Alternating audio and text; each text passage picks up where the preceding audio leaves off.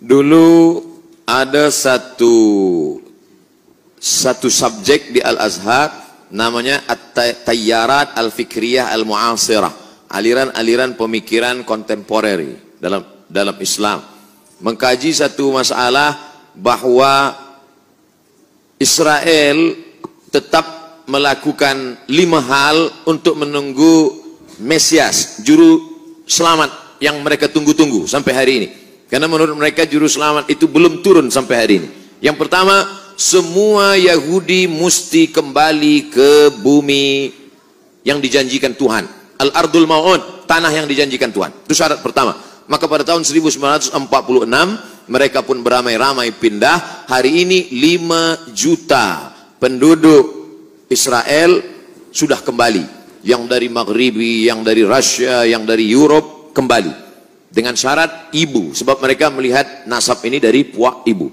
Yang kedua, mereka dulu pernah dihancurkan pada masa Kaisar Nebukadnezar yang menghancurkan Temple of Solomon.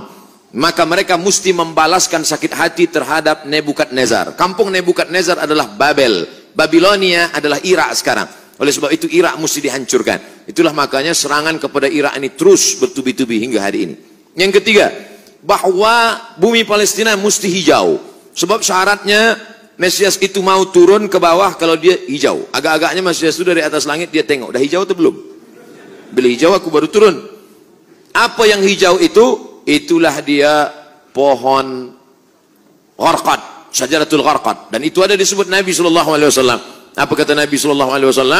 Nanti batu pun akan berbicara. Ketika bersembunyi mereka pada perang besar di akhir zaman itu di belakang batu, batu akan berbicara. Ya Abdullah, hadza Yahudi khalfi faqtulhu. Wahai hamba Allah, ini di belakangku ada Yahudi, bunuhlah dia. Kecuali satu, kata Nabi. Apa itu? Syajaratul gharqad. Subhanallah, Masya Allah.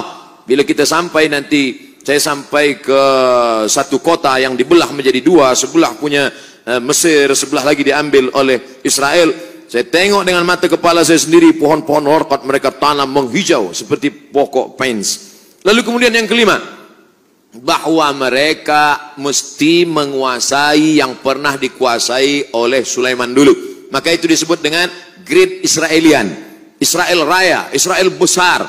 Mana batasnya? Dari 2 sungai, dari sungai Nil di Afrika hingga ke sungai Efrat di Irak. Maka batas negara mereka itu adalah 2 sungai. Maka dalam bendera dia dibuat ada bintang David, lalu segi 6, lalu di atasnya ada garis warna biru, di bawah ada biru. Yang di atas biru itu sungai Nil, yang di bawah biru itu adalah sungai Efrat. Maknanya kerajaan mereka dari Nil hingga ke Efrat. Yang kelima, kalau nanti mereka berkuasa di dunia, maka selain daripada mereka akan menjadi ghaim. Ghaim itu adalah keledai tunggangan. Yang bukan dia akan menjadi ghaim. Siapa dia? Maka mereka tidak mengajak orang luar kepada agama dia. Sebab dia adalah agama sekaligus nation. Beza dengan kita. Kita Melayu. Tapi bukan agama. Beza dengan mereka. Mereka adalah Yahudi sekaligus sebagai agama. Maka yang bukan mereka, bukan golongan mereka akan menjadi ghaim, keledai tunggangan. Itulah yang terjadi saat ini. Maka ini mesti disuarakan. Video saya tentang ini sudah diupload di YouTube, hanya beberapa jam saja, lepas itu hilang. Kalau tak percaya, coba upload. Mungkinkah Sunni dan Syiah bersatu? Yang menjawab ini Syekh Yusuf Al-Qaradawi. Maka dibuatlah yang disebut dengan At-Taqrib Bainal Madzahib. At-Taqrib, pendekatan. Karena sudah jauh betul. Ini Sunni, ini Syiah. Akhirnya dibuatlah dialog bernama At-Taqrib Bainal Madzahib, mendekatkan mazhab. Tapi itu pada masa Syekhul Azhar Mahmud Saltut.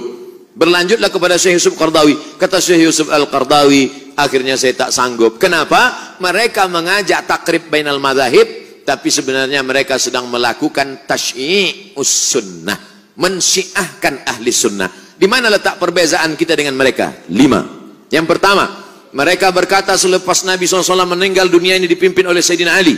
Ali meninggal dipimpin oleh Sayyidina Al-Hasan. Hasan meninggal dipimpin oleh Sayyidina Al-Husain.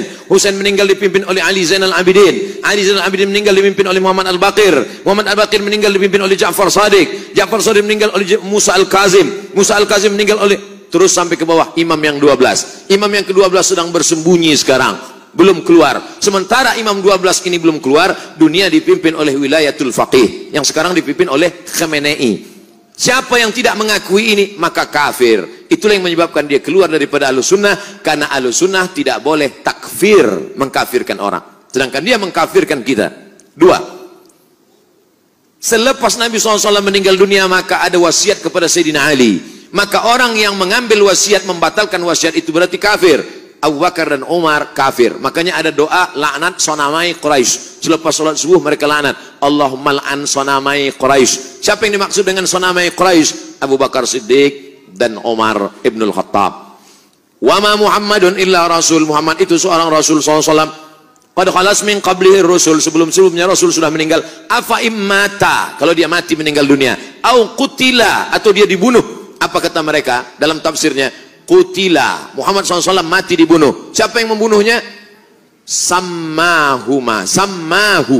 Ada dua orang perempuan yang sudah meracunnya.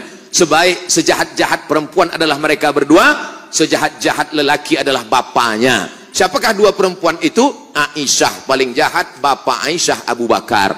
Hafsah paling jahat, bapak Hafsah adalah Umar. Sejahat-jahat perempuan Aisyah dan Hafsah, sejahat-jahat lelaki Abu Bakar dan Umar. Tiga, sahabat Nabi yang beriman hanya Muaz, hanya Abu Dzar Al-Ghifari, Salman Al-Farisi, Miqdad bin Aswad. Selain daripada itu, sahabat itu kafir murtad. Sedangkan kita Ahlussunnah berkata as-sahabah udul.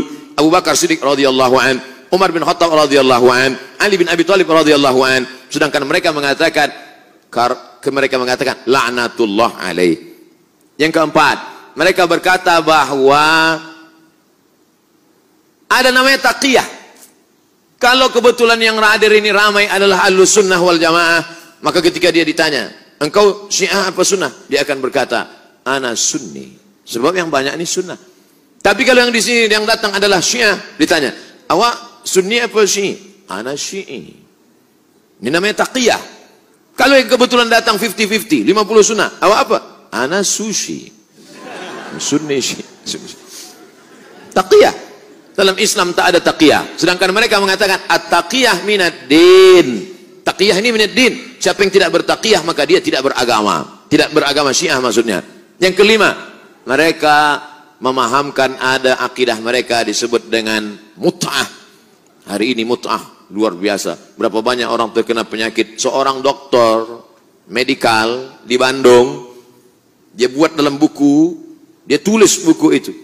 Dia bercerita bagaimana seorang perempuan yang memakai niqab, memakai cadar datang tapi dia terkejut kenapa terkena penyakit sipilis. Kenapa terkena sipilis? Rupanya ikut jamaah. Terlalu banyak guna fan rife kena virus.